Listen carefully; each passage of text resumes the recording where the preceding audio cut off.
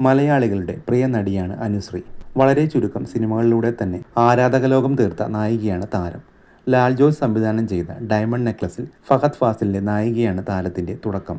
പിന്നീട് ചന്ദ്രേട്ടൻ എവിടെയാ, മഹേഷിന്റെ പ്രതികാരം എന്നീ സിനിമകളിലൂടെ മലയാളത്തിൽ ശ്രദ്ധേയയായ നടിയായി മാറുകയായിരുന്നു. മറ്റാരിലും കണ്ടിട്ടില്ലാത്ത അഭിനയശൈലി തന്നെയാണ് അനുശ്രീയെ വ്യത്യസ്തയാക്കുന്നത്.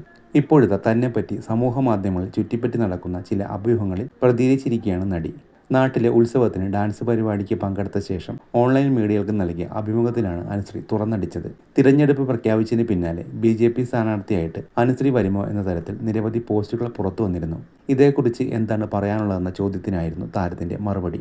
BJPയുടെ സ്ഥാനാർത്ഥിയായി താൻ വരുമെന്ന തരത്തിൽ ഞാനും സോഷ്യൽ മീഡിയയിൽ നിരവധി പോസ്റ്റുകളും ട്രോളുകളും എല്ലാം കണ്ടിരുന്നു. സത്യത്തിൽ അതൊന്നും ഞാൻ മനസ്സവാച അറിയാത്ത കാര്യങ്ങളാണ്. എനിക്ക് ഇതേപ്പറ്റി യാതൊരു അറിവുമില്ല. എനിക്ക് രാഷ്ട്രീയത്തെപ്പറ്റി യാതൊന്നും അറിയില്ല. അങ്ങനെ അറിയാത്ത ഒരു വ്യക്തി എങ്ങനെയാണ് തിരഞ്ഞെടുപ്പിൽ മത്സരിക്കുക?